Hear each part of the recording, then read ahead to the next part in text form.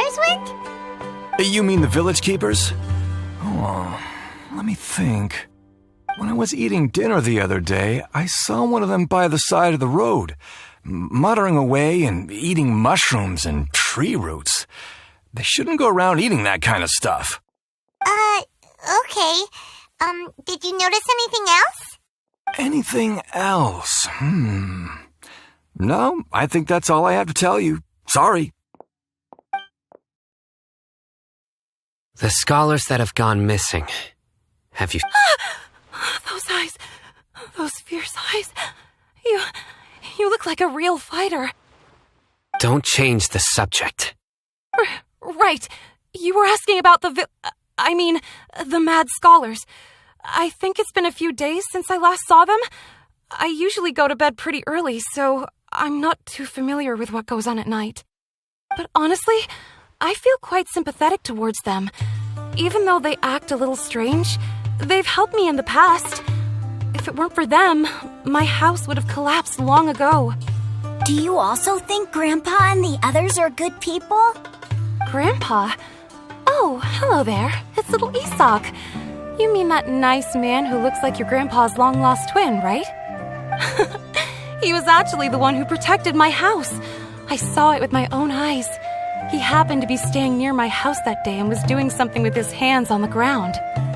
It still feels pretty surreal now that I think back on it. Did someone teach them how to do that? Well, whatever the case, I'll always be thankful to him and whoever taught him to look out for others. I'm pretty sure that if I ever went mad, I wouldn't be able to do anything like that. Gotcha. Thank you. Sir, have you seen my grandpa recently? You know, the one who likes to sit and space out near the village entrance. Oh, well, if it isn't Isak. Oh, your grandpa, huh? It's been a while. The last time I saw him, he was spacing out by the road as usual. I went and asked him if he'd like any of the food I had prepared, despite my wife's protests. Like many people, she's really quite terrified of them. And speaking of my wife, she's still always complaining about how I don't make enough mora. That might explain why she's always mad at me. Oh, thank you. Thank you for taking care of him. It was nothing. You're looking for him, right? Did he go for a walk and get lost? Yeah. That's no good. Well, once you found him, come by my place again and I'll cook a little something for the both of you. I've known you since you were very young, so as far as I'm concerned, you're family. Please feel free to come by anytime. Wow, what a nice guy! Okay, thank you, sir. Huh? Don't say anything for now. Isak, stay here. Let's head over there. Stay quiet as you move.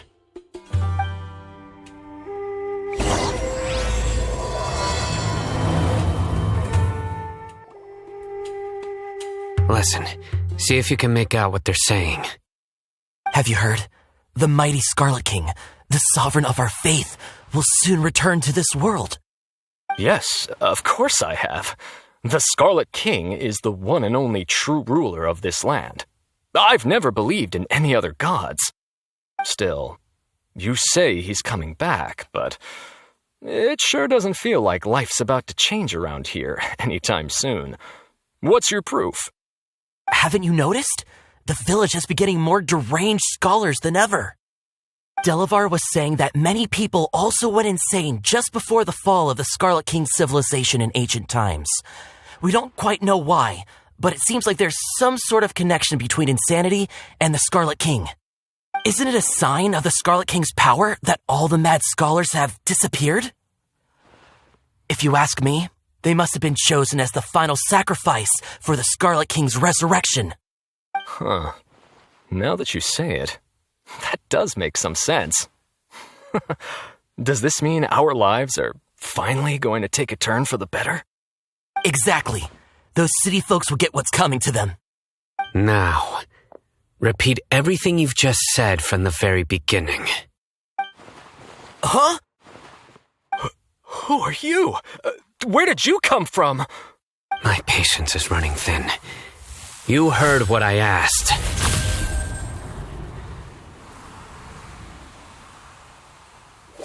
Yeah!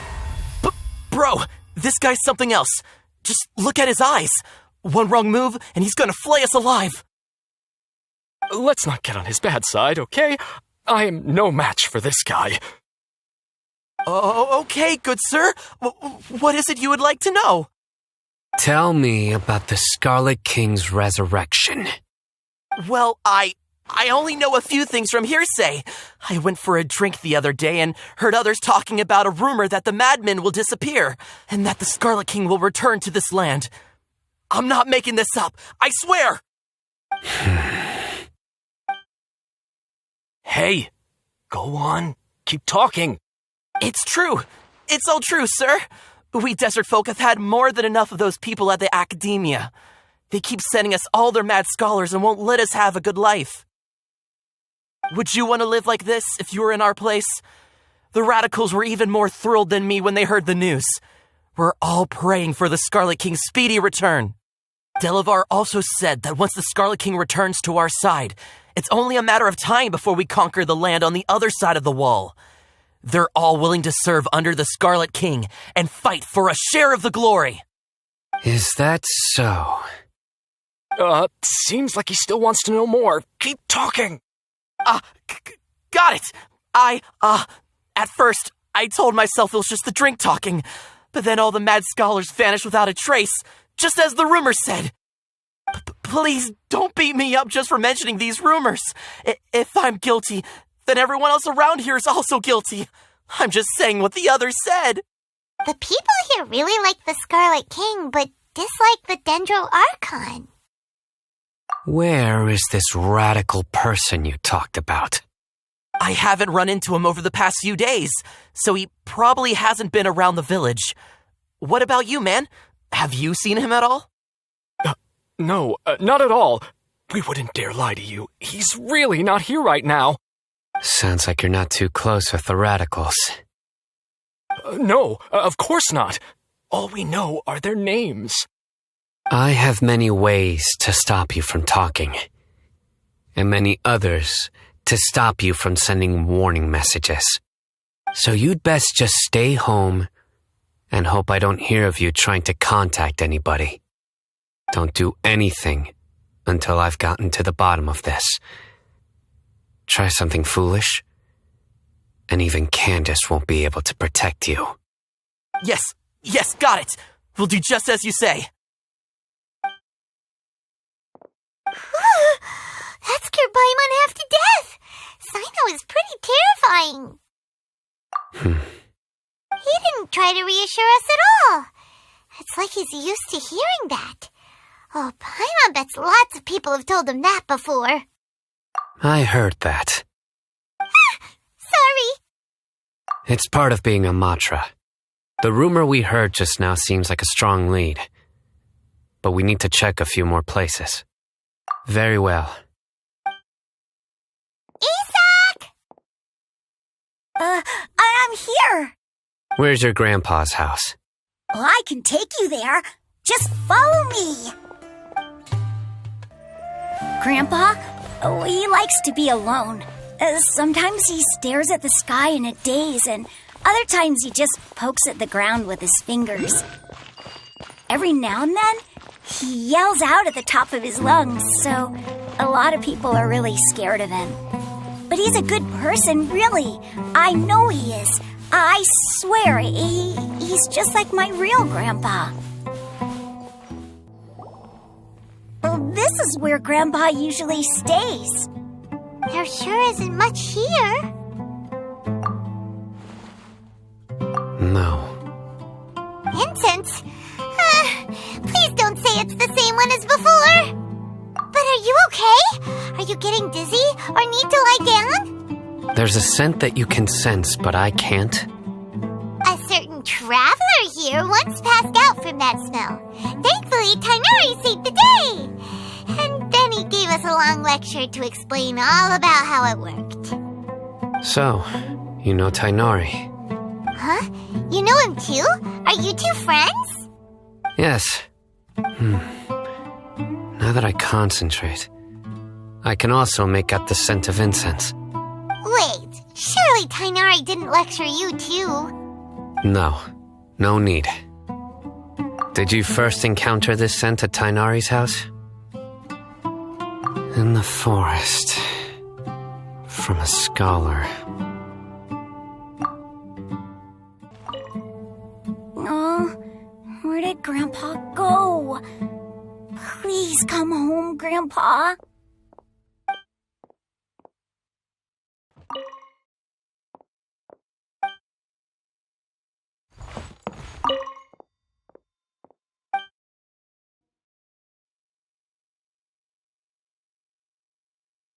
What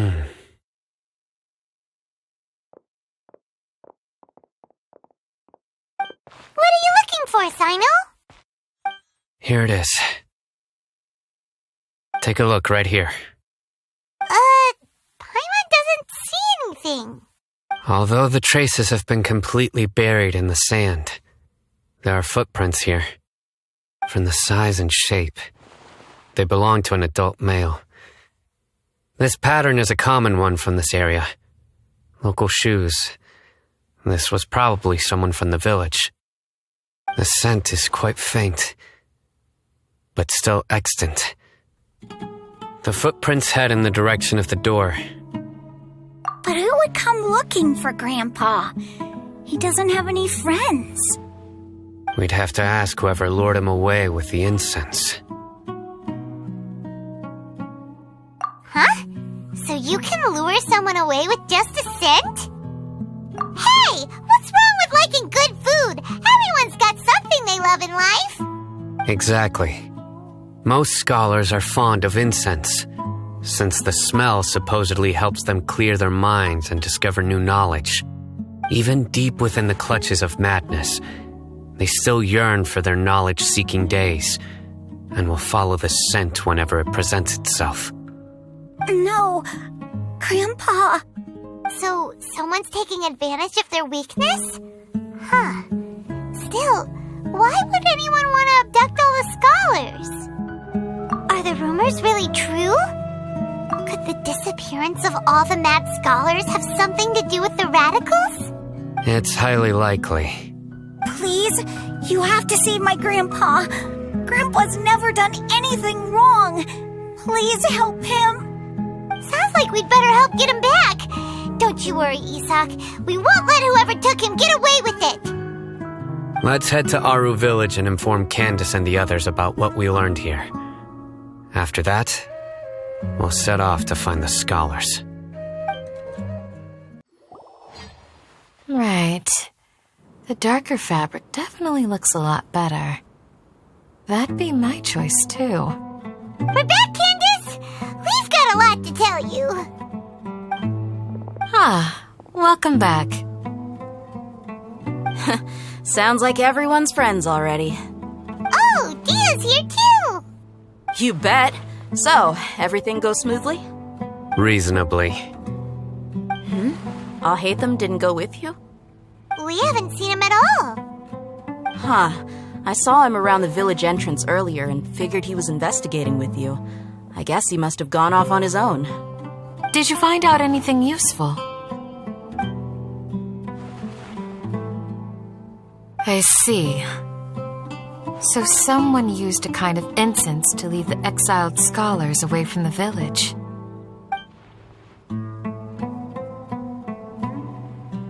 The resurrection of the Scarlet King? First I've heard of it. Far as I know, the kind of incense you just mentioned is only popular beyond the wall. Scholars are fond of it, but as you can see, there aren't many scholars still studying around these parts. No seller would be able to make a profit here. Not to mention, making incense is a labor-intensive process. You won't see anybody in the desert with the patience to make or sell something that requires that kind of effort. It seems someone from beyond the wall must have been supporting this. Makes sense. So what should we do then? Do we go back to the academia and search for leads there? If it was any other day, that would be your next logical step. But today, you've got me on your team, so you get an extra tip. Didn't you say that the villager got his news from the tavern? Well, I also like to drink at the tavern, so I know a thing or two about these radicals he mentioned. If Paimon remembers correctly, the leader of the radicals is some guy called Delavar. Ah, yeah. Delavar, the scar-riddled bandit, Engur, the wide-eyed butcher, and Jabari, the duck-tailed bearded crook. The whole lot of them are known around these parts. These guys have one thing in common, and that's being broke. The rougher life gets, the more they want to believe in the Scarlet King. Way they see it, the Scarlet King's resurrection is their only chance at overthrowing the Academia. Throwing all of Sumeru into chaos is the only way to change the way of life here in the desert. Anyway, that's my guess why they've chosen to become radicals. Tia! You're amazing! You really know this place inside and out!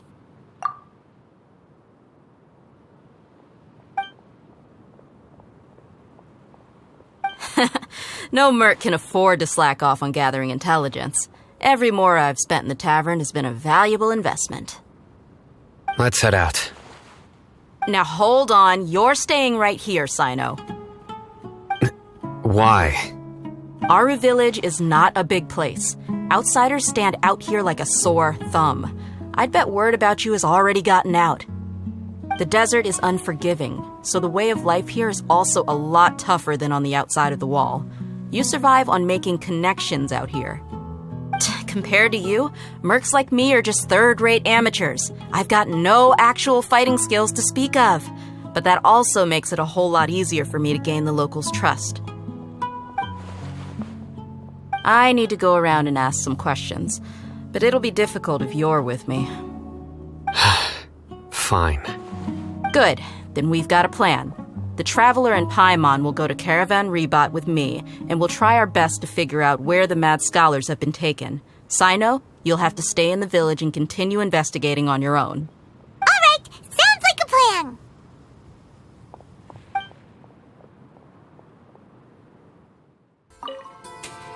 Sino, please don't take offense. I'm sure Dia just wants to help everyone solve their problem as quickly as possible. That's why she can be so straightforward at times. I don't mind. Ah, I see. Well, from the way you were staring out into the distance, I thought you might have been mulling over Dia's words. No, I'm used to being treated that way. It's natural to fear strength. I take no objection to it.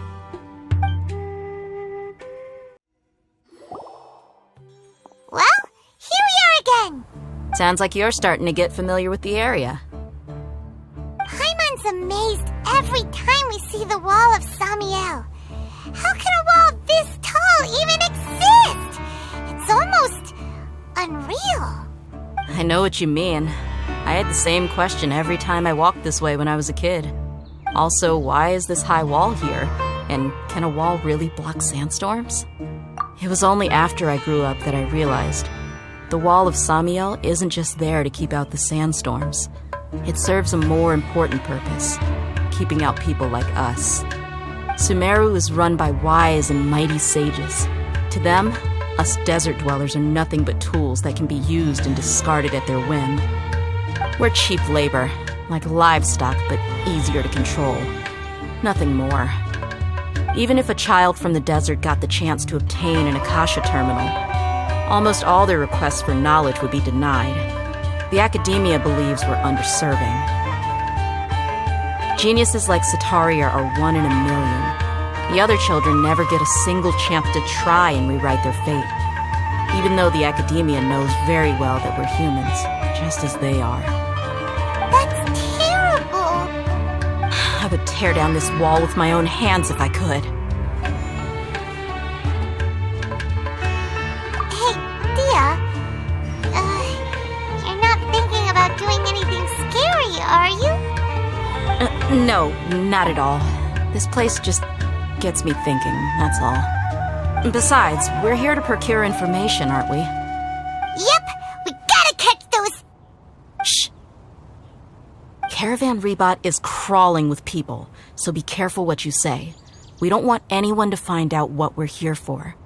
Our mission started the moment we arrived here. Let's go check out the tavern. Maybe we'll find someone I know.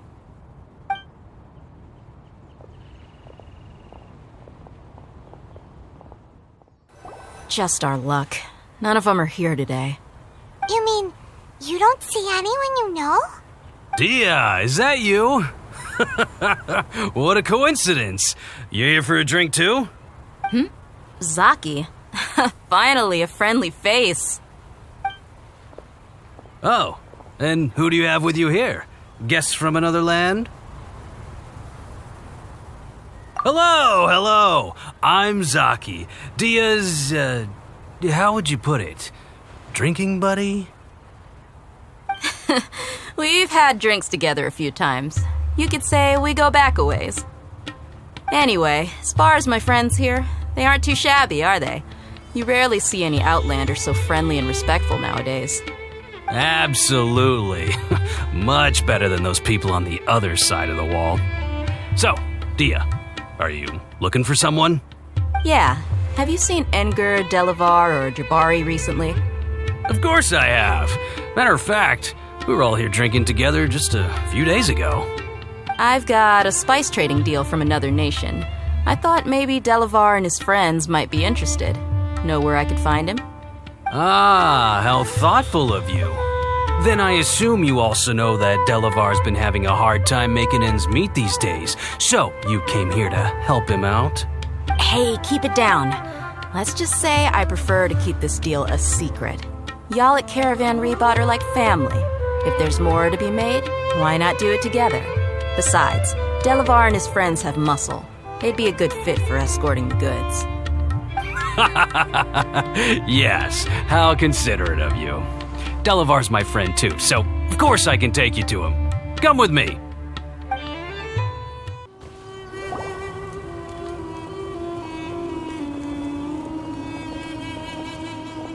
Are we there yet?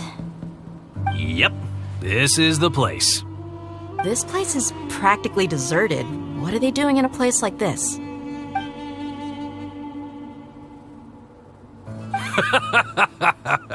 Why don't you take a guess?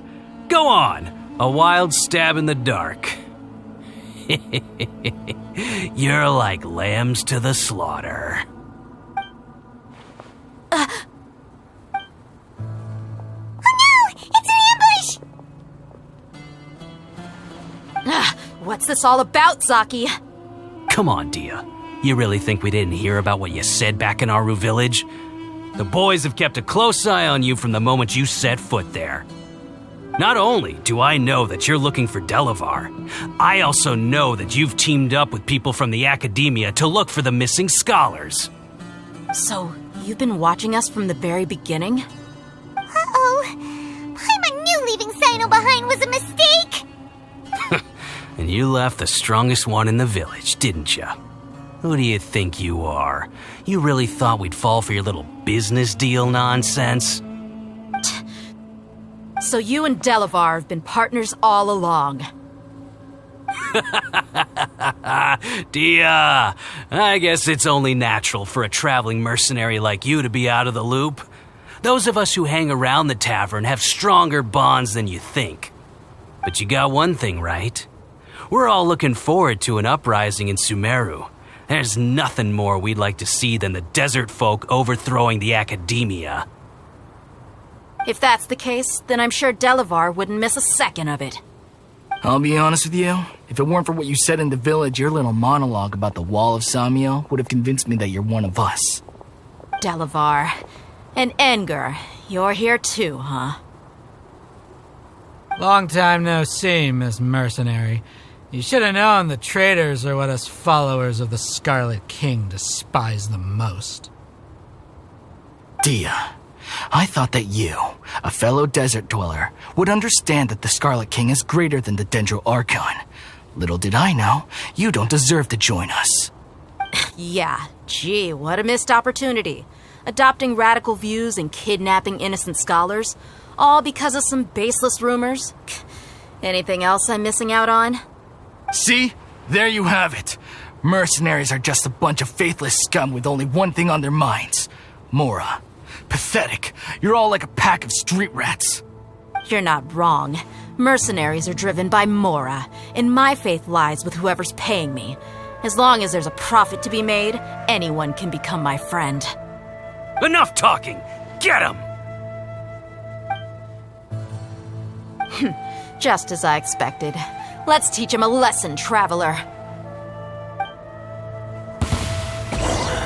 Following orders. Time for takeoff. Rest and rebuild! Born of ice and frost. Taurus, bring refuge!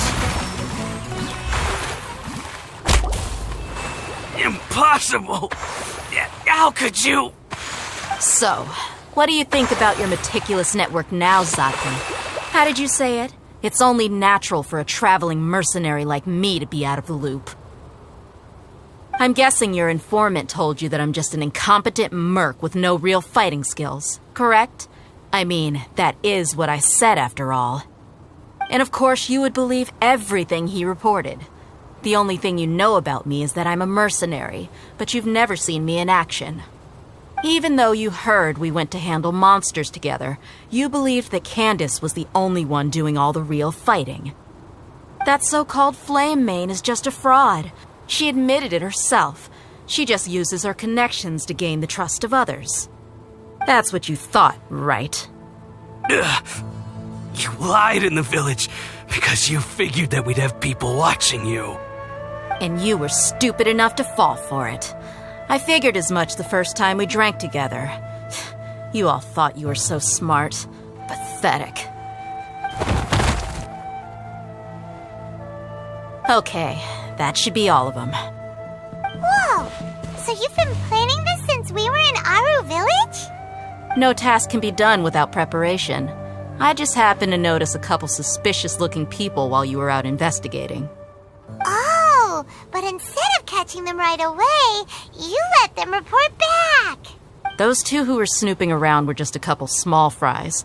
If we want to get the real catch, we have to be patient and give it some time. Oh, you mean the funny name she mentioned back in Uncle Ampu's house? The wide-eyed butcher, scar-riddled bandit, That's just a bunch of drunk talk. Engar and Delavar like to talk themselves up when they're drinking. Engar, the wide-eyed butcher, and Delavar, the scar-riddled bandit, are the nicknames they came up with for themselves. Alcohol has a way of making people share what they really think. So Engar and Delavar are always rambling in the tavern about how the Scarlet King is a superior deity. What about Zaki? He's just a numbskull who fell right into our trap. Zaki was probably the best hidden of them all. My initial plan was to find Delavar first, and then try to track him down. That's what you wanted to ask when we were at Uncle Anpu's house, right? Jabari is one of the villagers you talked to. You know, the one who wanted to treat Isak and his grandpa to some food. Wait, so he's a radical too? No, he isn't. I just needed to tack on a random villager name to make the eavesdropper think that I was making some wild guesses based on my impressions. Wow, what a genius idea! Well, that's an expert mercenary for you. Ah, you're too kind. It was straight from the usual playbook, if I'm honest. So, that thing you were saying before, is it really true? About what? About how mercenaries only care about Mora, and that anyone's a friend as long as there's a profit. Does that bother you? What makes you so sure? Dia, do you dislike the Dendro Archon like the other desert folk? You two are pretty sharp. No, I don't have anything against the Dendro Archon. I've heard a lot of nice things about the Lesser Lord from Dunyarzad. I can understand her devotion and gratitude. Dunyarzad's just an ordinary person. There's no way a god would be so involved in the lives of everyday people unless they were truly compassionate. I've begun to realize that the sages are behind everything that's happened recently. The radicals' blind belief in the Scarlet King, making the Dendro Archon out to be an enemy. It's all the academia's trickery. But I see through it all. And unlike them, I can never be hostile towards anyone who's never done anything wrong. Dear. Anyway, looks like we're done with business here. Traveler, lend me a hand. Let's tie him up and bring him to the village.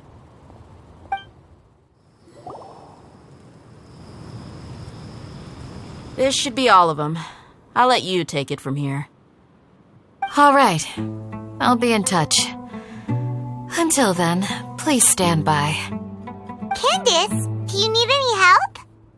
Candace will be okay on her own. I trust her, so you can too. She's been guarding Aru village for quite some time now. If anyone is qualified to question the offenders, it's her.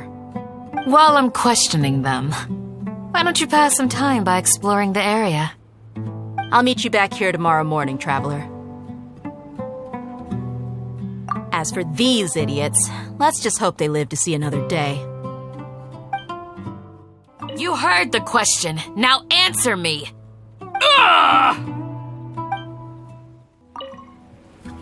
Candace is an expert at dealing with people like this. All we have to do is wait for her word. Hey, Dia! Right on time. We'll know any moment now. Paimon's been wondering.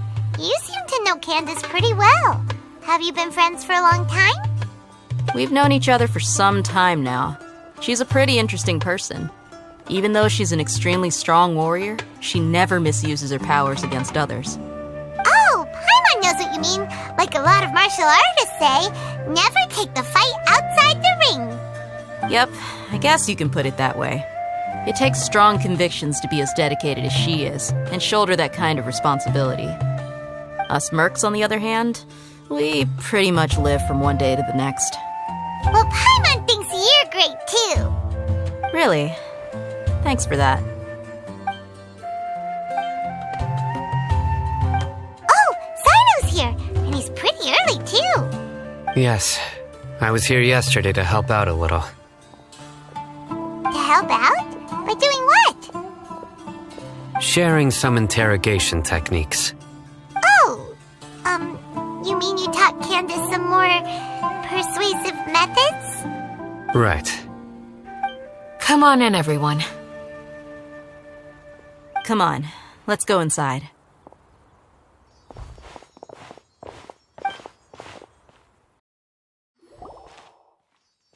Candace, where? Whoa, you look furious.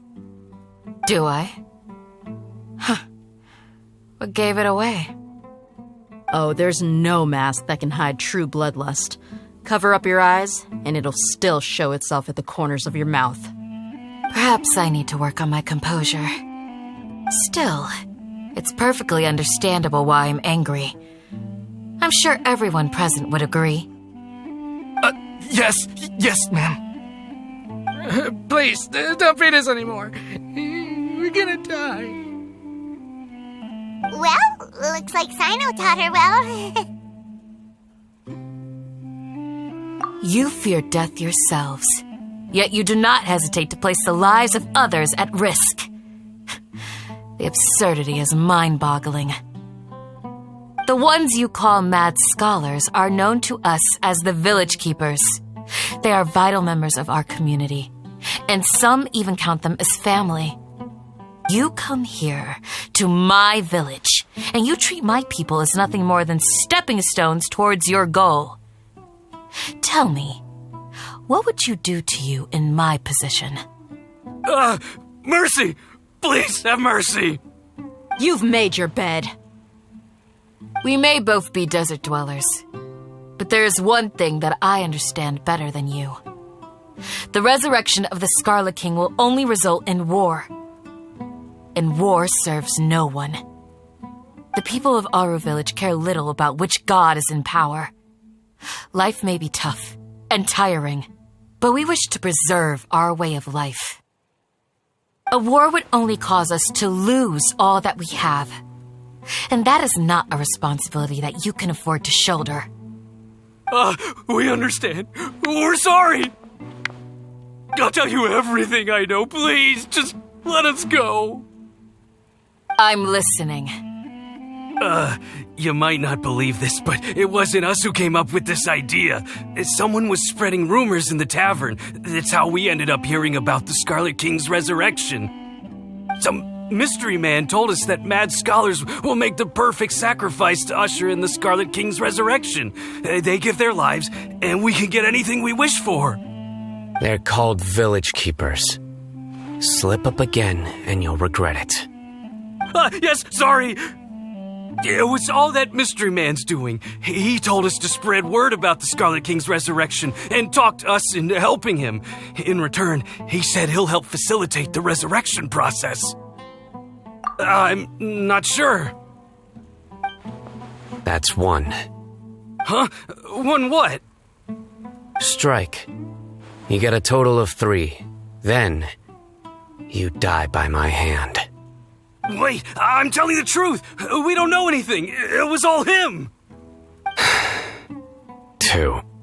He got us to lure them out of their houses in the night with some kind of incense. We take them to a junction outside the village. Then the mystery guy takes them from there. You gotta believe me, please. I'm telling the truth, I swear. Just ask them if you don't believe me.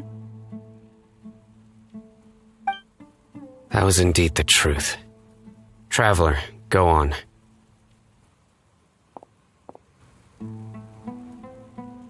You have to believe me. If I knew that, I would have told you his name right away. I'm not risking another beating to keep his secrets. No way.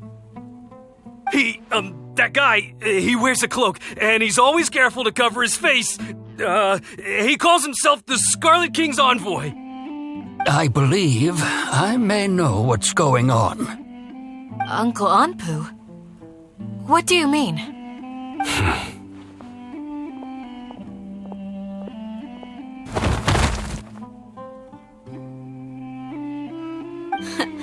Smooth. Okay, speak. If my suspicions are correct, this mystery man they speak of could be from the academia. Some time ago, people from the academia attempted to take the village keepers away. I refused, insisting that they are part of our community. It strikes me now that this secretive character shares the same goal they had. Which means it's highly likely that the academia was purposely spreading a false rumor to trick the radicals into delivering the village keepers right into their hands. They were the ones who brought them here to begin with. Now they're trying to take them back? We aren't gonna let that happen. Not the academia again. Just as I thought. But what could they want with the village keepers? People are nothing but tools in the eyes of the academia. A change in their plans likely means they found another way to exploit the scholars. Regardless, our top priority now is locating the village keepers. You're right. Isak is still waiting for news on his grandpa. Time to go. Let's leave the village and try to track them down. Yes. Pack up and get ready to leave. You got it. Candace, I'll let you deal with the radicals. Leave everything outside the village to us. All right. Let's meet back here once everyone's ready. You look worried. Thinking about the village keepers? Yes. I'd look for them myself if I could. As members of our village, each one of them is very important to me. You have a strong sense of belonging here. I guess I'm the opposite. Mercs are stray dogs, wherever they go. Dia, don't say that. You can be a part of this community too. Thanks. I'll let you know when I feel like joining. What scheme is the academia brewing now? I just hope everyone's all right.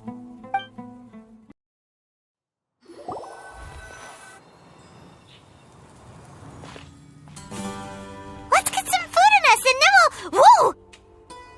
Where did you come from? Well, as you can see, I am merely sitting here and reviewing what we have deduced thus far. You were gone for ages, and now you're suddenly sitting here musing to yourself? Where have you been anyway? You never think things through before asking questions. I'm giving you some time to make up for that. Paimon's so mad! Paimon's gonna give you an ugly nickname! Never mind! Paimon's got nothing. There's just nothing super obvious to pick with this guy.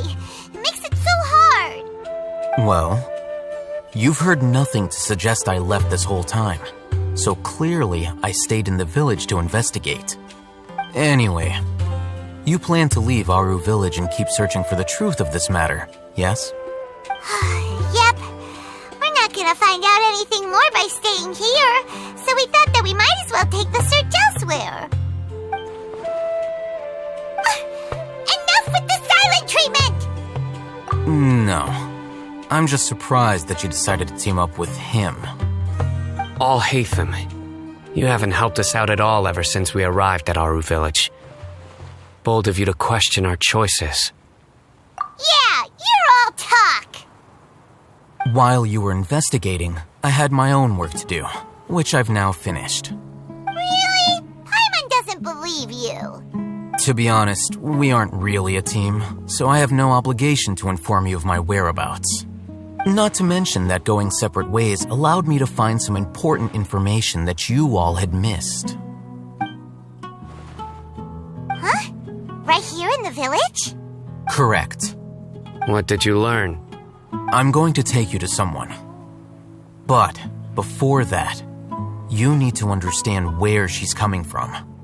What does that mean? How do you think the residents of Aru Village feel about what we're doing? In other words, do you truly believe every single word the villagers tell us? You mean some of them lied to us?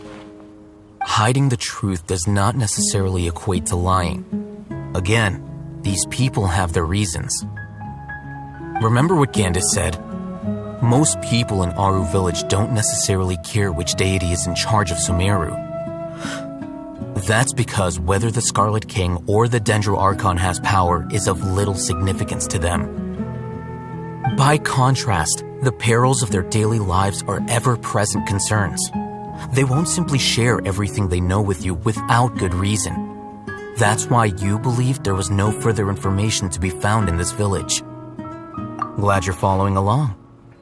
Among those you have talked to, there's someone who was consciously keeping you out of the loop. In fact, she's been observing your every move since you arrived. The reason being, to someone who only wants to live their life in peace, any external factors introduce unpredictability into the equation. Those eyes, those fierce eyes. You look like a real fighter. Don't change the subject. It's quite obvious that she's intimidated by Sino's authority and strength. Right. You were asking about the mad scholars.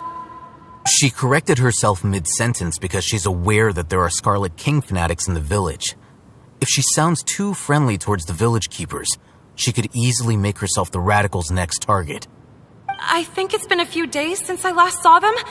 I usually go to bed pretty early, so I'm not too familiar with what goes on at night. Remember? She made a point of denying her involvement in anything that occurs at night. But honestly, I feel quite sympathetic towards them. Even though they act a little strange, they've helped me in the past. If it weren't for them, my house would have collapsed long ago. After speaking to the village chief, it became clear that the village keepers had protected Aru Village at night. In other words, the young miss was very much awake during that time. Then why would she lie? By getting involved with an outsider, she risks drawing unwanted attention to herself. As for why she might be so wary about all this, maybe you should ask her. I'll pass on this one. You said that she is afraid of me. If so, it's best if I stay out of this. We're on it! Miss Shawnee, as we discussed earlier, I've brought someone with me. Mr. Alhaitham, I'm aware of where you stand, but how can I make sure that your friends think the same as you? Huh? What do you mean? We need to clarify our stance or something? Go ahead and talk to her. You'll get the answers you want. Go on. Earn her trust. Is it really that simple? May I call you Traveler? Hi, Traveler. I want to ask you something. Do you think the resurrection of the Scarlet King can truly change Sumeru for the better? Why's that? That's very similar to what Miss Candace says. I know you two are friends. That's why I'm willing to talk to you, even though I do have some reservations. Before, I wouldn't even have the courage to ask something like this. Traveler, do you believe our lives will get better? Yeah! We came here from another nation, so it isn't wrong of you to be weary. And we aren't really residents of any one nation. But even so, we've met lots of people from different places, and we've always fought for what we believed in. We have friends in Sumeru, and we want to help them. That's why we decided to stay here for a while. I want to trust you. My apologies for posing my questions like that. To be honest, I didn't expect you to come back for more information. Hatham told us you have your reasons. It's okay. We understand. The fact is that only one side of my family is desert folk. I don't really fit in anywhere in Sumeru. Some believe in the Dendro Archon, while others believe in the Scarlet King. I don't belong to either side, and neither side would want me. Speaking of which, the radicals mentioned that they despise traitors. Do they just think that anyone who's different from them is a traitor? Yeah. Some people can be so narrow-minded when it comes to bloodline and beliefs. It makes no difference what I say or how I behave. I'll always be suspected of having ulterior motives. Slowly, I just stopped talking to people. I pretended not to hear or see anything. All I want is to live my life in peace. And then it happened. The village keepers who had helped me disappeared with no explanation, and I didn't dare breathe a word about it to anyone. Until now. You can tell them. I'm sure he'll keep your secret. All right. I'll tell you what I told Hatham. I actually have a sharper sense of hearing than most. Sometimes, I hear strange crying sounds in the night. There are ghosts? Perhaps. I'm not sure. It's faint, but it's definitely the sound of crying. It comes from far away in the distance, and always carries very raw emotion. It used to be louder and more frequent, but ever since you arrived in the village, it doesn't seem to happen as often, and when it does, it's much quieter. I have to focus really hard to make it out. I confirmed this with the guards on night duty. They also have someone with a good ear, and he's heard similar sounds at night. But, because we're in the middle of a desert, he would rather believe that they are the cries of beasts than ghosts. There's really nothing around these parts, except for an old hospital not far from the village. I think they used to use it for treating Eleazar, but it's been abandoned for years. Yeah, let's go! Is this the place? It's in terrible shape, and there's sand everywhere! Empty and forgotten. An ideal place to hide people.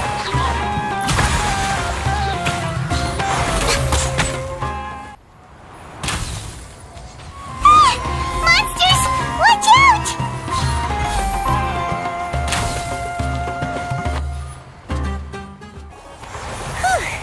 They were easier to deal with than Paimon had expected. Super strong bandits? Or monsters taller than buildings dropping out of the sky? Or, something like that. He looks super serious. We gotta stay on our A game too. This is the one.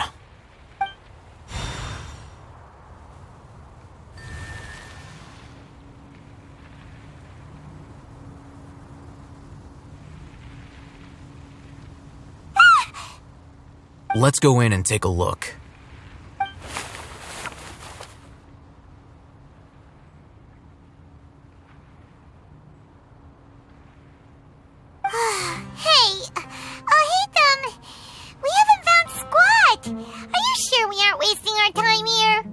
Patience. Shawnee says she only hears the crying at night. We have time to burn. Until then, I'm taking a break. And just like that, he sits down. Wait, he even brought a book to read? What are you reading? Let Paimon see!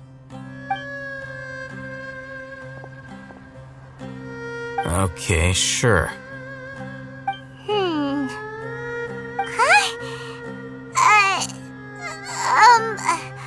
The natural position, which is the positional propensity of an entity in natural motion in contrast with an object in forced motion? Huh? When free from external influences, every entity displays the tendency to follow its natural trajectory? So, you got that? Oh, Paimon gives up. You keep reading your book. See ya! How is he so relaxed? Look at him, reading an impossible book in a creepy place like this. Hey, what good is that gonna do for you? You're acting like one of those annoying grown-ups who go around nagging people to focus on their studies. Hey, what gives? Shouldn't you be the one providing for Paimon? Oh, right.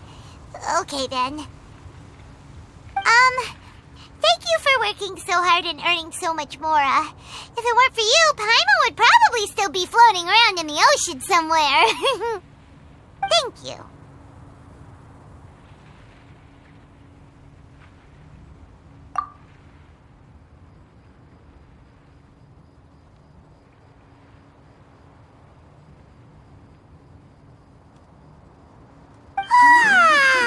Paimon's getting so sleepy.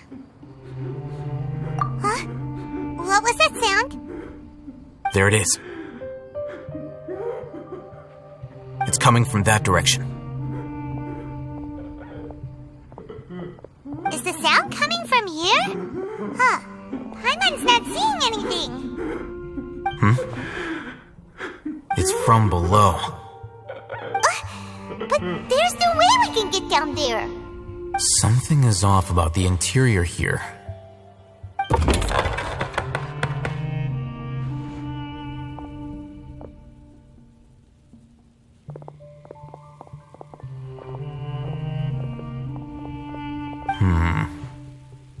As I thought, there's a hidden structure. Wow. It's like they tucked another hospital into this one. Oh, it looks like there are other mechanisms around here. Let's keep exploring.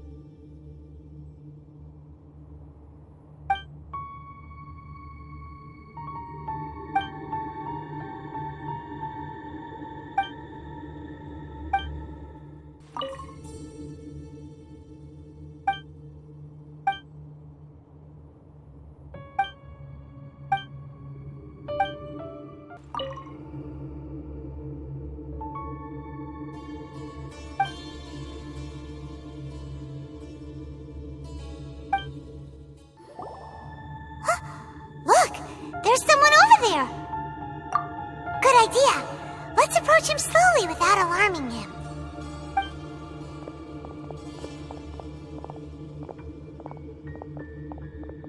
Wait.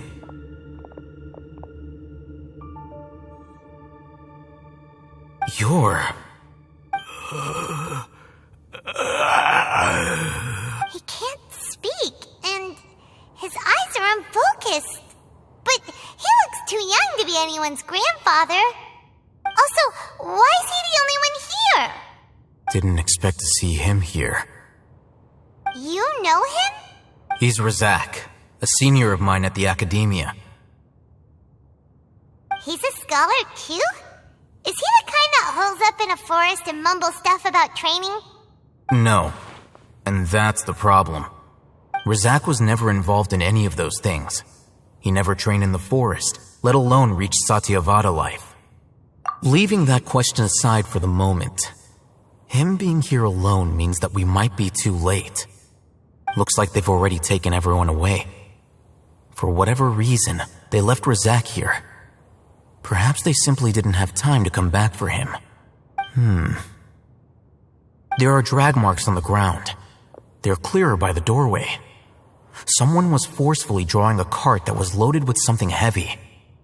Loaded with people? That is one possibility. It looks like they were in a hurry, as if they were afraid of being caught. In their haste, they failed to notice Razak hiding in a corner.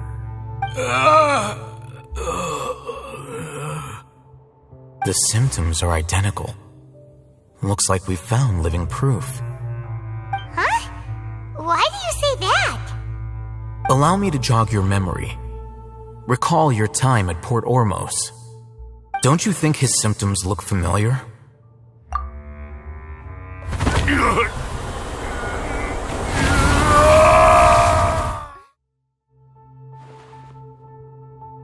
Oh, now that you mention it, they're acting the same way. Correct. The academia is behind all of this. It isn't difficult to deduce their rationale. First, the academia spread a false rumor of the Scarlet King's resurrection, emphasizing the role of the village keepers, the mad scholars who were exiled to Aru village. These rumors were all the persuasion that the radicals needed, and those based in Aru village leapt into action. Unbeknownst to them, of course, through rounding up the scholars, they were actually helping the academia. As well as being able to exploit the radicals for their own ends, this scheme has one further advantage to the academia.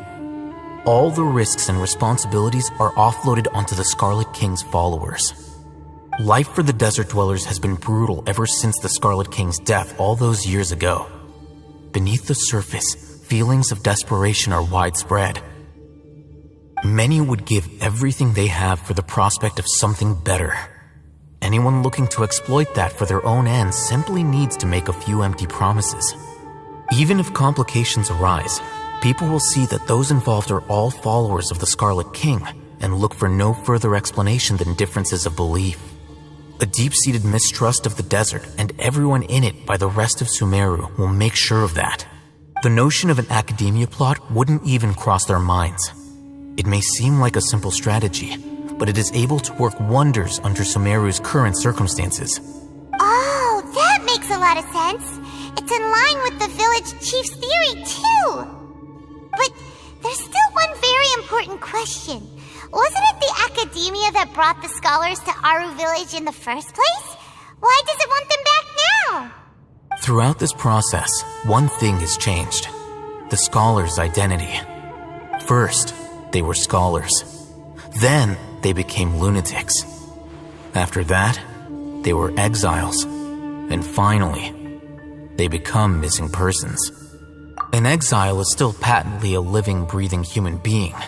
But when someone becomes a missing person, that is brought into question. If you can't find someone, you have no way of knowing what exactly happened to them. That makes missing people an ideal resource.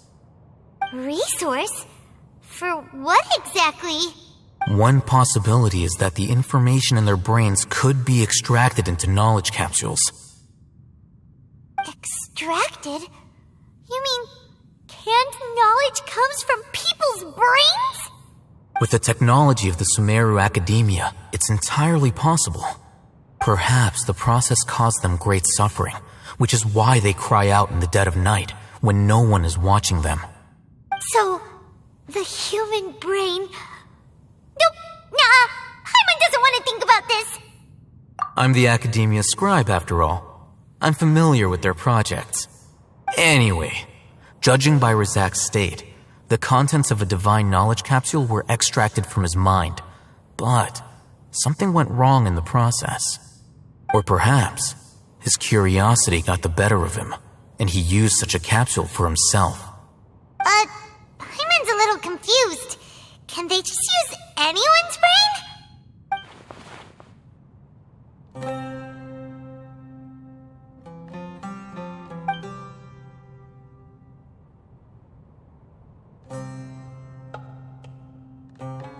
The look on your face tells me you've realized the answer. That's right. To some scholars, gaining knowledge about the gods is their entire life's pursuit. Extracting canned knowledge is just one of the extreme measures they turn to. However, I can't help but wonder, what do they seek to gain from divine knowledge? The Academia is going out of their way to look for forbidden knowledge, but what is their ultimate goal? I've spent quite some time trying to analyze the contents of the divine knowledge capsule, but to no avail. It seems like my way of thinking is too different from theirs. You mean you're not even slightly interested in getting your hands on this forbidden stuff? All scholars seek to expand the horizons of knowledge, but I'm not particularly interested in gods, so I don't share their degree of zealotry. Extracting information from people as if they were lifeless objects? If this is the direction of academic progress, then the Academia may as well shut its doors. Sounds like you're really against all this. Of course. The Academia's actions run contrary to their rules. Whether it be academics or knowledge, everything has its boundaries. If those lines are crossed, the rules and order that govern everything in the world will be destroyed. This matter needs to be corrected, just like fixing a typo in a book. Wait, didn't you step in to help because you felt sympathy for those poor people? Not to be callous, but no. My criteria are a little more restrictive than that. There is no shortage of suffering in Sumeru, and the same can be said for the rest of Teyvat as well. What do you plan to do about that? Save every last person? Probably not. Paimon's not sure. You can say that. Simply put, I don't blindly place my faith into strength or heroism. I do what I want. The divine knowledge capsule is something I want to investigate in full. That doesn't mean I'm willing to take action for the sake of a few strangers.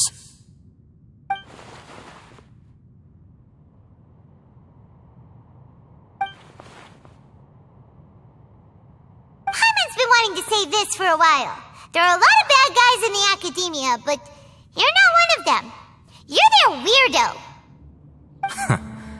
You're probably right. Though I must say, I quite enjoy this feeling of being the odd one out. Uniqueness is also an asset, is it not? Wow, that's a great way to think about it. Paimon's really impressed. If only Miss Shani had a similar mindset, her life would definitely be a lot easier. I'm just a more likable person than her in general. There's nothing more to it than that. He won't last long if we leave him here. Let's take him with us. We'll work out our next step after we return to Aru village.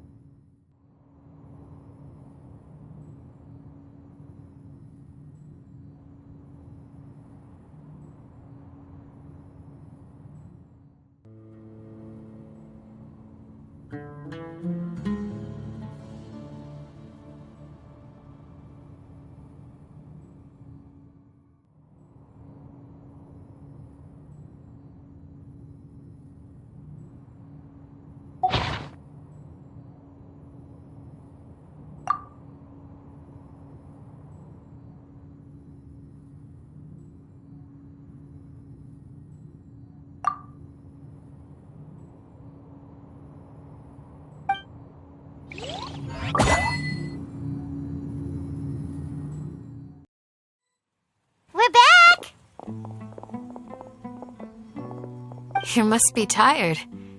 You should rest and take some water. What's the situation? Who's this? Unfortunately, somebody who's too young to take on the role of Isak's grandfather. Nevertheless, he's one of the people we're trying to find.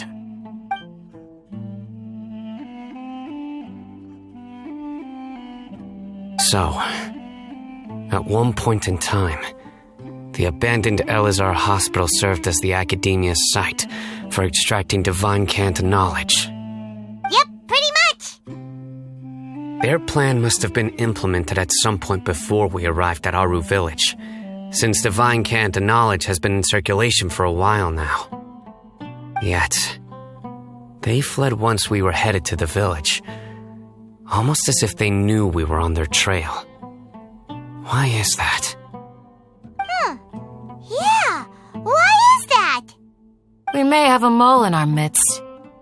One of us could be secretly revealing our whereabouts to the academia. Huh? Are our friendships that shallow? Looks like none of you have realized wherein lies the issue. Sino, you're the reason why they can predict our movements. Wait, what's that supposed to mean? Choose your next words very carefully.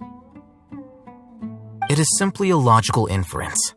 I have my reasons. So what you're saying is, Sino's the mole. Interesting. And here I thought you were the most suspicious one, Alhaitham, since you were always acting alone. I know. You have a point, but I realized something as we were returning from the hospital.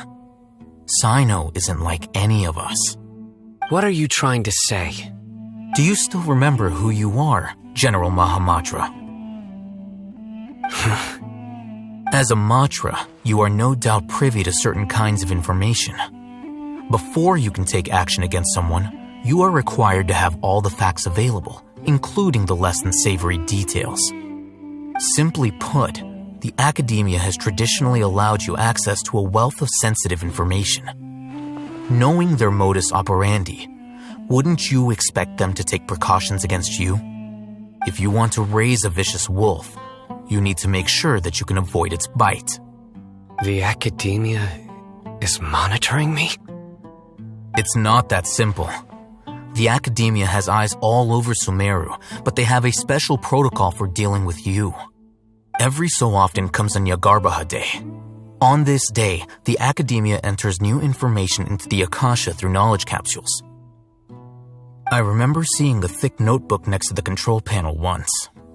Its contents were all about the General Mahamatra, his activities throughout the day, preferred methods of enacting judgment, everything.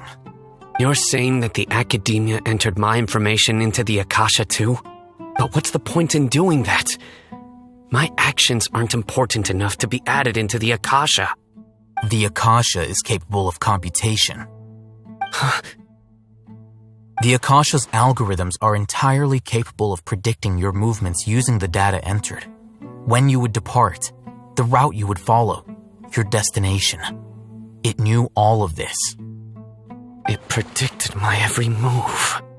The academia has been watching you longer than you think.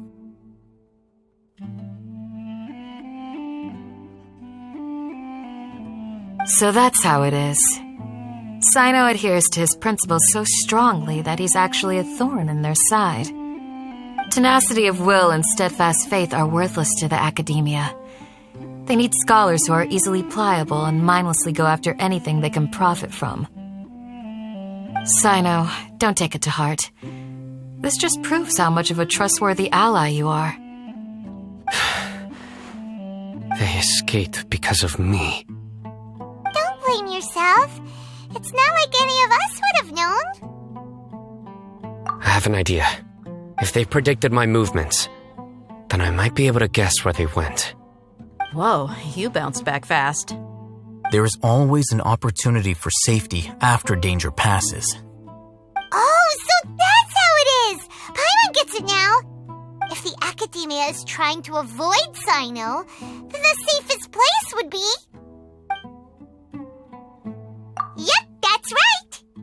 They'll want to proceed in the direction opposite of where I'm going.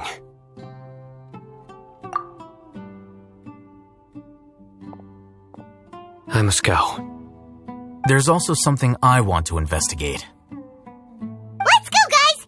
After him! Please, wait! I want to go too! You want to go too? If so, you have to promise you'll stay safe. I want to find Grandpa. I promise I'll be careful and not cause any trouble. Everyone, I leave him in your hands. Yay! Let's go! Remember to pack some food with you. Paimon feels like we're missing someone, though.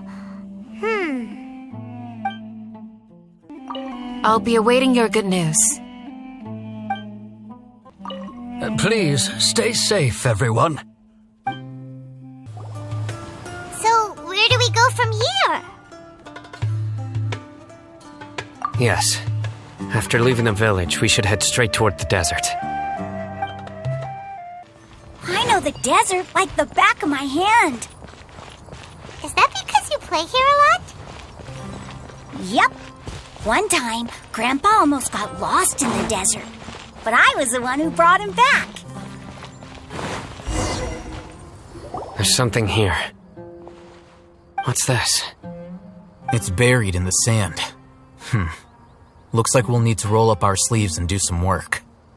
And Paimon thought running around everywhere was already enough work. Okay. So, we have to dig it out? Whatever's down there, looks like it's buried really deep.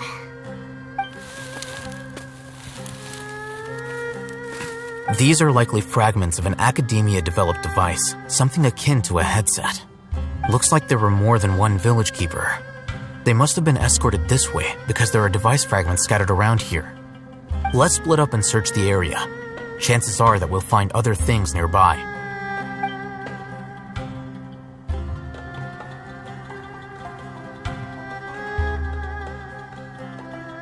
Is this what we're searching for? It looks kind of scary. This is definitely a device used to extract divine knowledge. How did it end up buried in the sand? That can't have been part of the plan. They must have been attacked along the way. Wait, what? Grandpa, I hope you're okay. Don't worry, your grandpa's gonna be fine. Razak didn't display any signs of starvation or dehydration, which means that they left fairly recently. We should be able to catch up.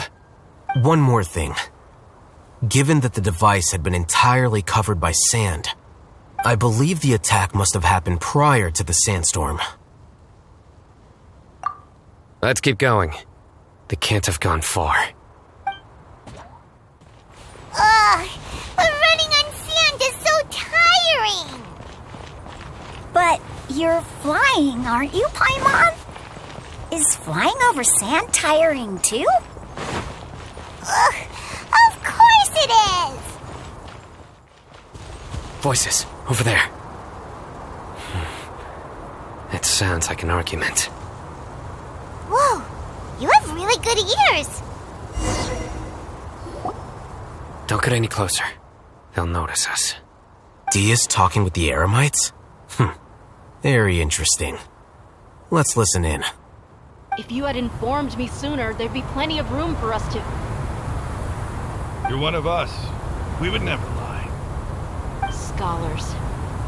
You don't know as much as I do. Need me to... I knew it. That's our Dia. Dia? Why would you... Dia! Hey, what are you doing? Huh?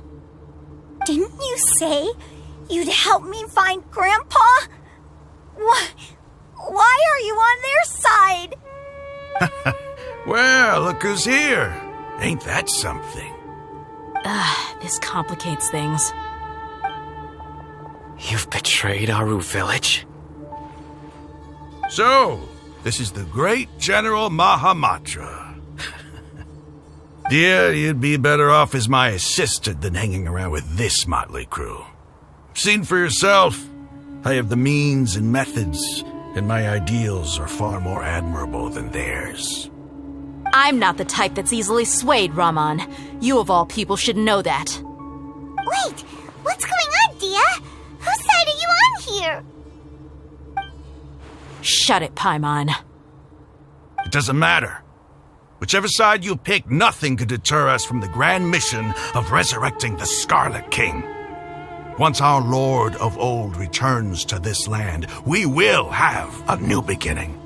Face the facts, Raman. It's not gonna happen. You should understand that more than anyone. Have all your years as a merc taught you nothing about placing hopes in a ruler? I'm a desert dweller and a proud follower of the Scarlet King. Whether I live by the edge of the sword or in peaceful comfort, my soul will always carry this conviction. It's not too late yet. The village mad scholars aren't gonna bring the Scarlet King back to life. You don't understand, my dear lady.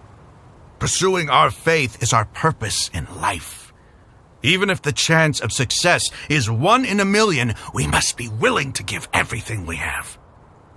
Even if it'll expose you to the academia? Even if they end up disbanding the Eremites? Your Eremites, which you've worked so hard for all these years? Yes. We've waited a long time for this day to come. The sun and the moon no longer shine here. All you see now is cracks in this desiccated land. But fate has finally dealt me a hand to play against the academia. With these scholars in our custody, we'll stomp the academia's forces and fight our way beyond the wall of Samiel. Ridiculous. Think about it. The academia controls the entirety of Sumeru. Your powers are negligible in comparison. If you still don't believe me, then try asking these 2 men. They're also against the academia, but neither of them are as arrogant as you are. They look more like pawns of the academia to me. Why would I listen to anything the people of Greater Lord Rukkhadevata have to say? Filthy traitors. Your god abandoned all honor and betrayed the Scarlet King. We desert dwellers will never trust the likes of you.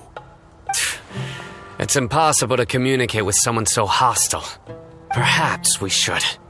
Do you really believe that by kidnapping the scholars, you'll be able to negotiate with the academia? These people have no value as bargaining chips, but I could be persuaded to take their place as your next hostage. These scholars were exiled from the academia. I, on the other hand, am their current scribe, and will be a much greater asset to you. Wait, you can't be serious. So, you want to trade places with the hostages, do you? Precisely. Any wise person would gladly accept my offer.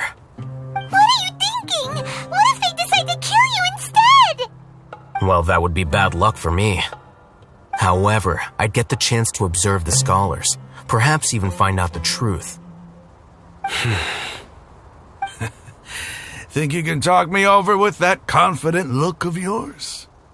I'm not trying to persuade you. I'm using this as a means of joining forces against the academia. You are the scribe. What do you have against the academia? Not all desert dwellers believe in the Scarlet King, and the same applies to the academia. Why must all knowledge seekers approve of the academia's way of doing things?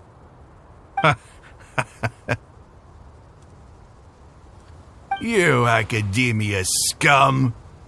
Every last one of you is nothing but a hypocrite, just like everyone else on the other side of that wall. I've made myself clear enough.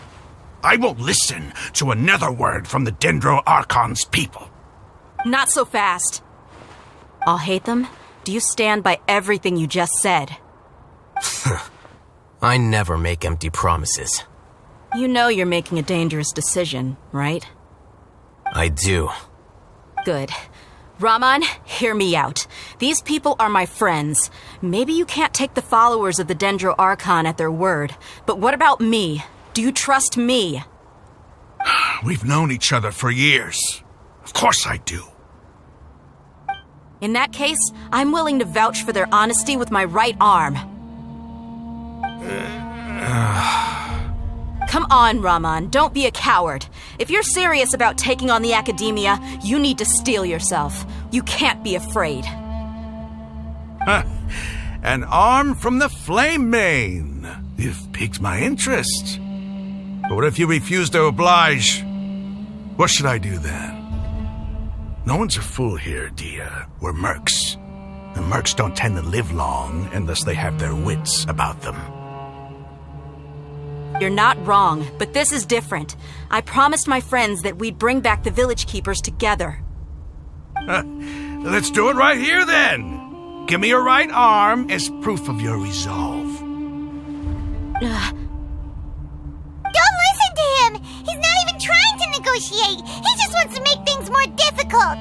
That's fine. Are you crazy? We came here to save lives. One arm for that many people is still a pretty good deal, if you ask me. Rahman, I'm holding up my end of the deal here. You'd better not let me down. Sure. Go ahead and cut off her right arm.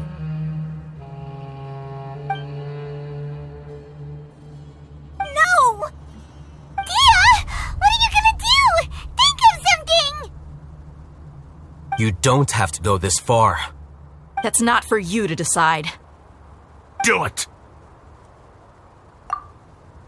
Dia! Run!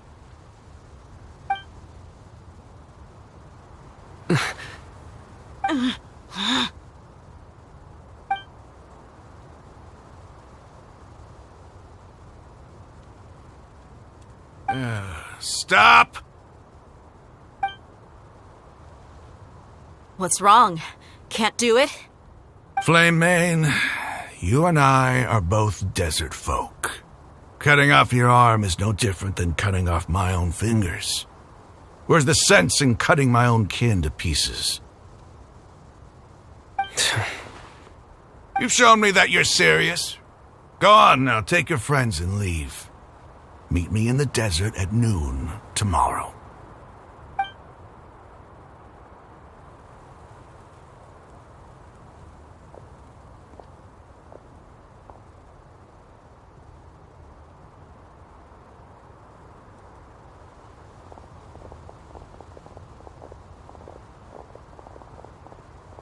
Phew. I was really counting on him not going through with it. Dia! That was crazy! Have you all lost your minds? What if he'd actually cut your arm off? Then I'd just have to hold my claymore with my left arm. Okay, I'm sorry. But sometimes when you're out on a limb, you gotta double down to seal the deal, you know? Don't ever make a promise like that again. I can deal with the likes of them. If it came down to it, you would not lose to them either. I don't doubt it, Sino. But this is about more than me and them. There's a lot more where they came from. Even if we got rid of one bunch of radicals, there are others out there. Wiping them out would do more harm than good. As you wish. I'm sorry, Dia. I should have stayed put and listened. I should have trusted you. It's okay. I promised you I'd help find your grandpa, so I'll do whatever it takes. Whatever it takes? You just might be scholar material. Huh? Are you serious? The Eremites once said that I was a lunatic. Perhaps a little madness is essential to be successful in research. Why does it feel like he's using his praise for me as an excuse to brag about himself? Okay, let's get moving. We should head back to the village and rest up. Today was just a trial run. Noon tomorrow is gonna be the hard part.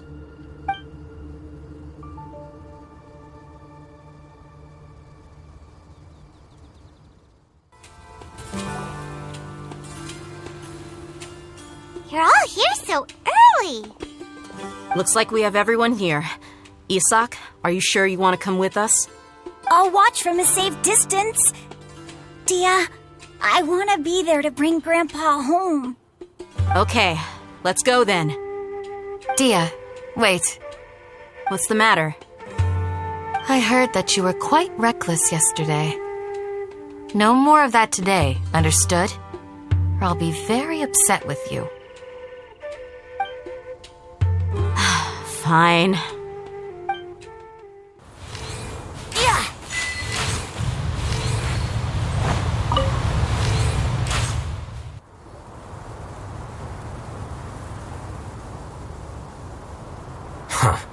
They got here before us. Uh-oh. Is it because Paimon overslept by 5 minutes and held everyone up? Is everything ready? Absolutely. Although, you brought fewer people than I imagined. Bring him over.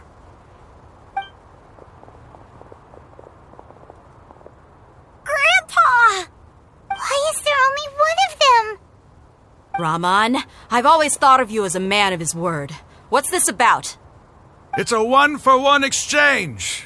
Sounds fair, don't you think? And let me put it this way. Agreeing to any kind of deal with the Dendro Archon's people is already a huge compromise on my part. Don't you think you've asked enough?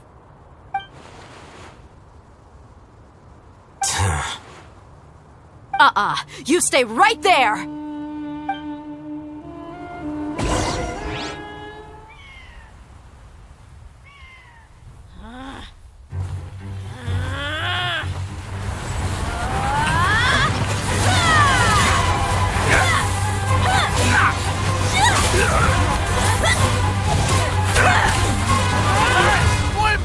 What do you think you're doing? Grandpa! Don't you see this blade here? You coward! Why are your hands shaking? Wait a second! It's a earthquake! Grandpa!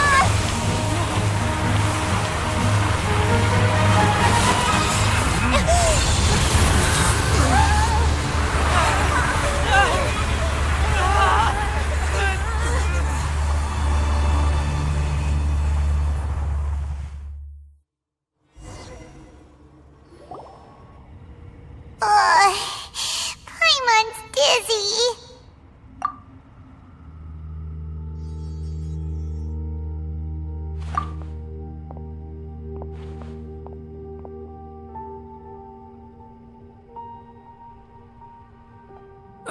This day's going just great.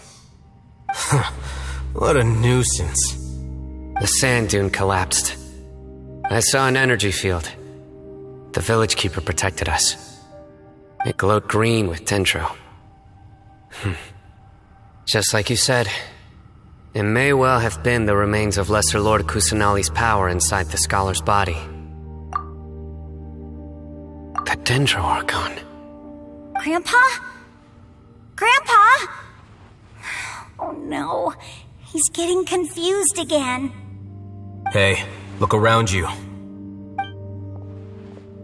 Did there used to be a temple here? It seems that when the sand dune collapsed, it exposed these underground structures. The symbols on the gate belong to the Scarlet King's civilization. This structure must be ancient. Over time, the sandstorms completely buried it and left it in the state we see now. It could have been an underground palace in the distant past. Oh, a miracle. Praise the Scarlet King! What's he doing here? And his men too? They must have fallen down here with us. Pretty lucky if you ask me. Most of them seem in really bad shape. Except for him. He got off lightly. Mind your head. No, this isn't the time for conflict. Our exalted lord has shown us the way to his sacred palace. He's not actually gonna go in there, is he? As it happens, I want to take a look inside too. What are you doing? Don't you think it's curious? 1 minute, Lesser Lord Kusanali's power protects us from harm, and the next, remnants of the Scarlet King's civilization appear. 2 major deities are vying to showcase their power to us. It would be a shame not to witness them both. Paimon thought you weren't interested in gods. Indeed. In my view, gods are just a higher form of living being, or creature, you could say.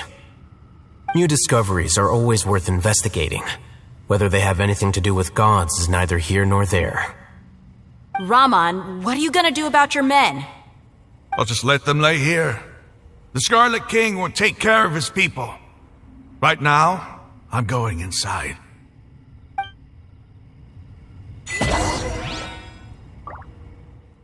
Grandpa? Grandpa? Oh no, he's getting confused again.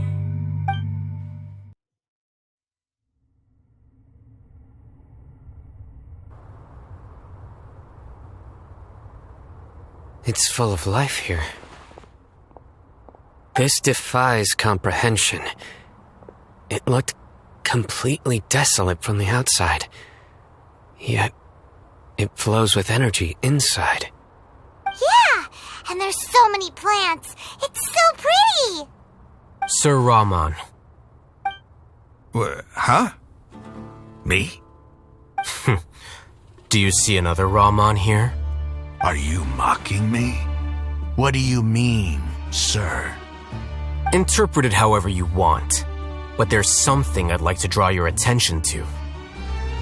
While this structure is clearly left over from the Scarlet King civilization, the energy that flows in here is that of the Dendro Archon. Whatever you say, it's not like I have a vision. There's nothing to be angry about. Think of this as an academic journey. It does seem kind of strange. If that's true, then we might have to explore this whole area to find an explanation.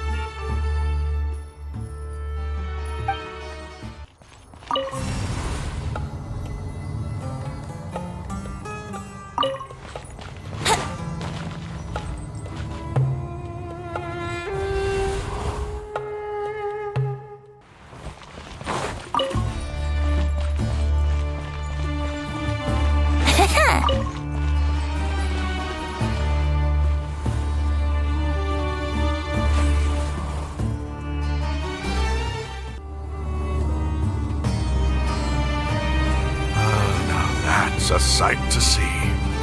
The Scarlet King's splendor surrounds us. There's so much vegetation here. It's different than what I expected. Sure are a lot of plants for a desert.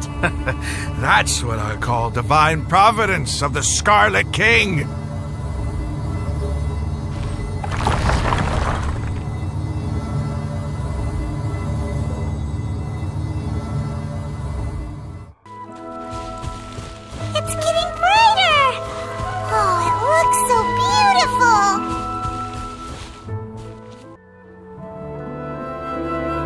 Wait.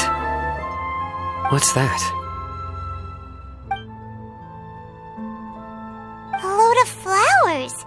And it looks like there's something among them. These are Scarlet King runes. They left something behind. Yes. It's an elegy written in an ancient script. What does it say? Here lies our faithful priest Kasala. His wisdom is a miracle among the people, deserving of high praise and admiration. You can read ancient Scarlet King script? Of course. Every student needs to master at least 20 languages before they graduate. He's not serious, right? There's still something off about this place. The elemental energy here is too concentrated. The scent of life. Is it trying to tell us something? Is this it? Analyzing.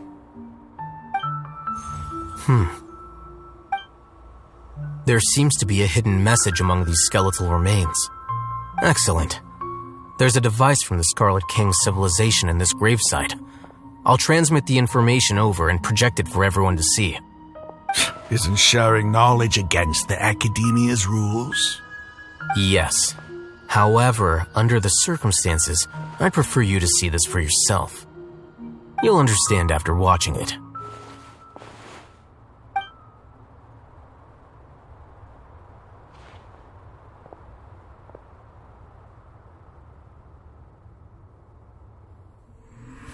Civilization is born of knowledge, but so too can knowledge be its demise. A disaster caught us unaware. It was knowledge that did not belong to this world. The Scarlet King brought this forbidden knowledge into our world, and it quickly spread like a plague. People's minds were filled with crazed whispers. Dark gray scales spread across their bodies. Even the land was stripped of its vigor. Only a desperate, deathly silence remained. Were it not for greater Lord Rukkhadevata from the forests, the damage would have been irreversible. She summoned the priests to build temples and infused into them the divine power of life. The disaster was miraculously tempered, and the embers of our civilization were preserved in Aru village. Alas, the miracle could not last. As long as forbidden knowledge continued to exist, it would forever blight this world. In the end, the proud king of the desert, my eternal lord, chose to sacrifice himself. I have spent my whole life since guarding one of these many temples. But now, my duty is coming to an end. As I close my eyes for the final time, the sight of that noble deity will appear in my vision once more. In helping the Scarlet King to eradicate forbidden knowledge, she exhausted her strength, and her form became that of a small child. How strange. Now that I think of her, I no longer have any fear of death, for I sense that the spirit of life will abide with me during my eternal sleep. Children of the desert, cling no longer to past grievances, but hold tight to the memory of this act of benevolence. What was that? The priest's memories. No, impossible. Greater Lord Rukkhadevata. So the former Dendro Archon and the Scarlet King were never enemies at all. But this doesn't make any sense. The Dendro Archon's followers, they're clearly... Was that the former Dendro Archon? She became so tiny in the end.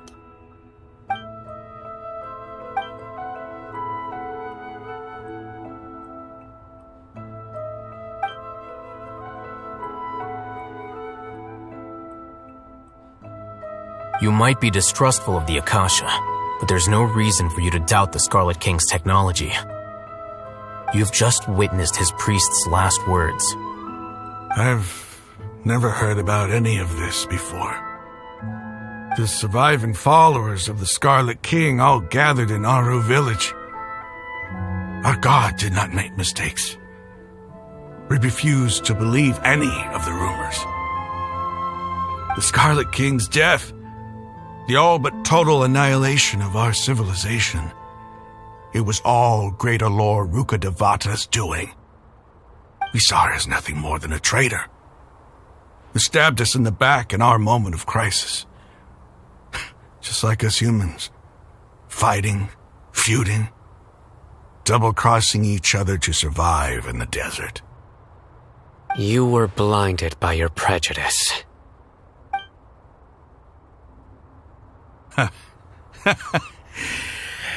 If I hadn't seen this for myself, if I hadn't witnessed his last words with my own eyes, ears, and heart,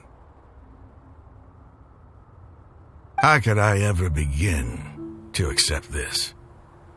The truth is so far from what I've always known. Am I really supposed to believe that after all these years, all this time seeking revenge, suddenly now my enemy is my savior? Raman, that's enough. Give it a rest. You're starting to make a fool of yourself. Dia, tell me, my Eremites and I, what are we even fighting for?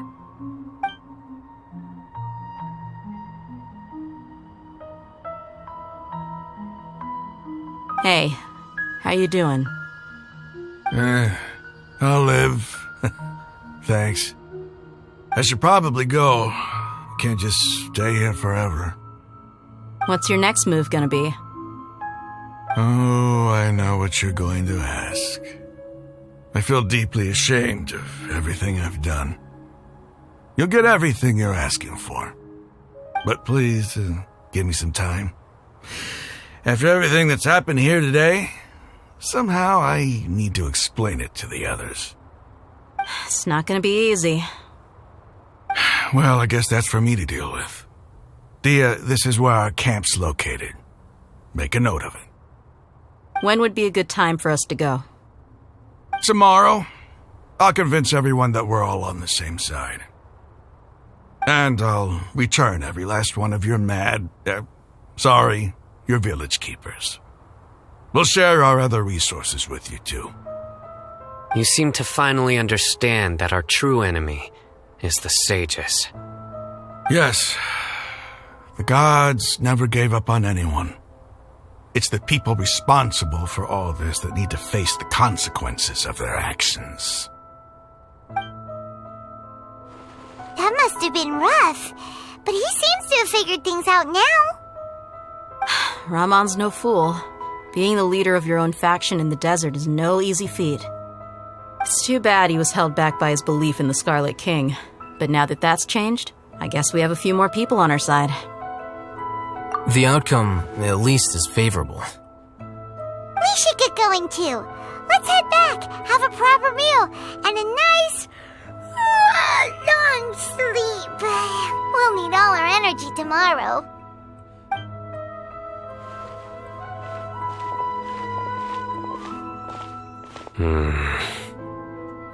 Sino, we're leaving! Stop yelling.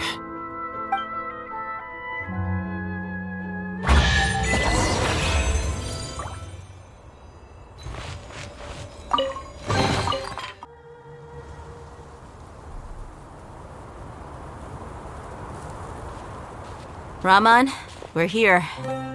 Everything's been arranged. Someone will bring the village keepers back to Aru village shortly. I guess all I can say now is, thanks for agreeing to help. Don't mention it. I think we can both agree you went to hell and back for it. But we share a common cause now. From here on out, we're allies. Where are the perpetrators? I'll bring you to them. Follow me.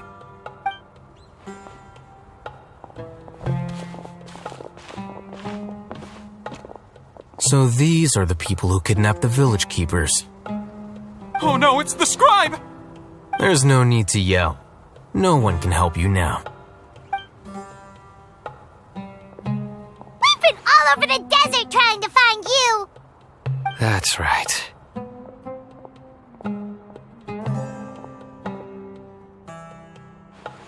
General Mahamatra? No, no! Make it Quick, please! Swift and painless. Whoa. The moment they set eyes on Sino, they turn pale like they've seen a ghost. You should have known that I would be coming for you. Wait, we were just following orders. You know what I'm talking about, right? There's no way we could have done all this by ourselves. No, not Sino. He's gonna tear us limb from limb. I could do worse. Please have mercy. Start talking. Otherwise, I'll have to resort to other methods. So, your superiors have kept you quite busy recently. Why? What are they trying to accomplish? They wanted to extract canned knowledge. Don't play dumb. You know what I'm really asking. They extract divine canned knowledge. Then what? I really don't know how to explain it. Well, you better start talking or you'll be sorry. You don't want to make things any more difficult for yourself, do ya? Be my guest. Huh? Uh-huh? That sure didn't sound like a fancy metaphor or anything. You're serious, aren't you? How did you know? There's no use hiding it now. Yes, you're right. The academia is working on an important and potentially world-changing project. They are creating a new god. A god that will belong to them and to the people of Sumeru. It may seem as if Sumeru's academics are thriving, but ever since the death of Greater Lord Rukkhadevata, scholarly breakthroughs have been few and far between. The withering of Irminsul has been getting worse recently.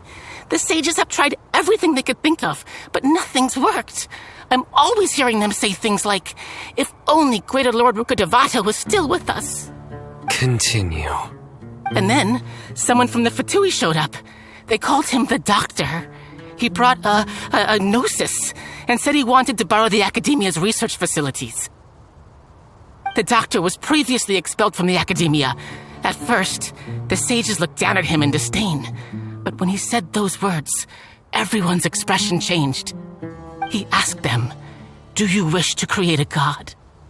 This is what the arrogant ignorance at the extreme end of academia looks like. First, the Academia spent a long time constructing a divine vessel, which was based on an exquisite humanoid puppet. After that, they harvested dreams via the Zeb-Zerus Festival Samsara, maximizing the Akasha's output. With the Doctor's help, and the Akasha now functioning at maximum efficiency, they were able to use it to extract the power from the Gnosis and convert it into a divine core. Next, they decided that their new god needed to possess divine wisdom. For that to happen, they needed a huge quantity of divine canned knowledge. It adds up. But how do you determine whether the knowledge extracted is of divine origin? Call it an educated guess? The Academia has been trying to figure out the exact source of the scholar's madness for centuries, but to no avail. Nobody can explain the cause of this phenomenon. Surely you can see what that implies, Scribe Al-Haytham. If it's knowledge no mortal can comprehend, then it must be something only gods are able to decipher. In other words, it's the source of the God of Wisdom's omniscience and omnipotence.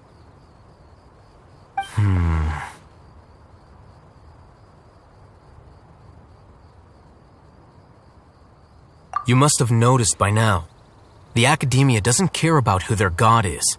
It's the ability to exercise control over knowledge and wisdom that matters. It is as if they are cursed with a desire for omniscience and omnipotence that burns in their blood. Some organisms demonstrate phototaxis, and thus orient their entire lives in respect to sources of light. For the sages, their only source of hope is the existence of a deity who embodies the acme of wisdom. This is but a form of phototaxis. For many scholars, the absence of a god of wisdom means stumbling in the darkness for the duration of their lives. Then what does Lesser Lord Kusanali mean to you? Is she not a true god present in this world? If you already have a new god, why try to create another one? From the beginning, the Academia has never treated her as a god. When the Academia first discovered Lesser Lord Kusanali, the newborn god of wisdom, the sages hoped that she would be as wise as Greater Lord Rukkhadevata. But upon evaluation, they found that at the time she possessed no more intelligence than any ordinary human child. The sages never had a ruder awakening. This forced them to accept that Greater Lord Rukkhadevata had indeed passed away. Not to mention that Lesser Lord Kusanali's gnosis had been used to power the Akasha this entire time. By herself, she has neither an Archon's raw power nor the spectacular insight expected of a god of wisdom. Slowly but surely, people began to forget about her existence. So, this is the path the sages have chosen.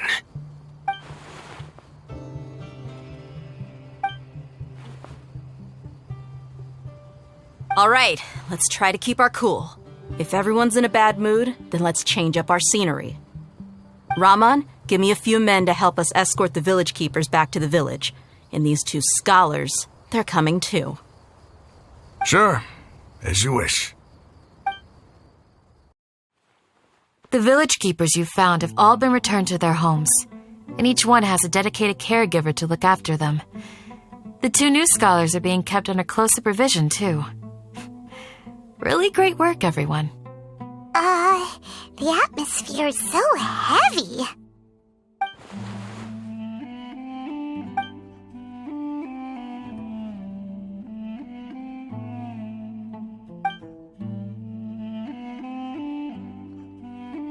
Hey! Say something! Stop spacing out! Come on, is there nothing left to talk about? In that case, let's all get some water and try to think about something else. Or I can go fetch some snacks. Oh, Paimon's so coming with you. Do you have any plans, Traveler? Gods above, you're not talking about work, are you? So you were still withholding some information?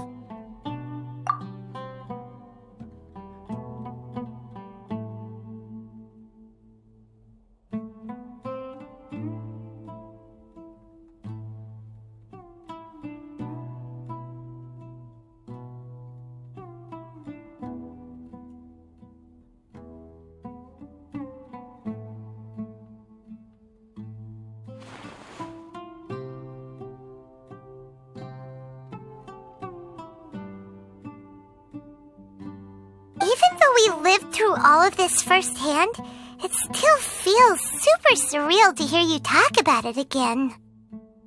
What a whirlwind of a story. I felt like I was holding my breath the whole time. It seems like there'll be more issues to face in the days ahead than I had anticipated. Still, now's a good time to make our next move. Now that Raman's joined us, we'll be an even stronger team. It's time to make a plan. Indeed. These events are a flagrant transgression of the rules in every sense. We cannot allow it to continue. So, everyone, are we on the same page? Crush the sages and rescue our god. That is our ultimate goal. Well, let's brainstorm a little more about what other resources we can draw on. The next time we gather here, we must have a solid plan. Yep, it'll work out for sure.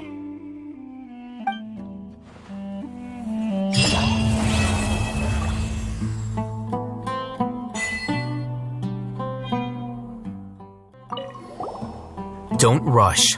This is a big undertaking, and the planning and preparation for what lies ahead will no doubt take some time. Take it slowly. We need to make sure the plan is as effective as possible. He's starting to read his book again. Hey, are you even listening? Would you like me to lend you something to read? No way. Your books aren't quite to Paimon's tastes. I was joking. I know my books are far too difficult for you, and I have no intention of lending them out. Ugh, you're so annoying. You must let me know if there's anything I can do to help. Though I cannot leave Aru Village, I can't help but feel stirred when I see the looks in your eyes. I've never felt as roused as this when fighting alone in the past. I suppose this must be the power of camaraderie. past few days have been some of the most challenging work I've ever taken on. And none of it'll earn me a single mora. I can't believe it. Look on the bright side, Dia. Maybe we'll get a huge reward after this is all over. You've got a point. Hey, what would you do if you woke up tomorrow with more money than you could ever spend? Paimon would buy boatloads of tasty snacks. That's it? And maybe some tasty drinks as well? How adorable. Well, here's to all our indulgent fantasies. If there's a chance they can come true, I'll give it my best shot. And here's hoping that everything we do from now on will change this world for the better. In the past, I never imagined that even the gods could suffer from hardship. If we can find a way to change all of this, will this nation become a better place?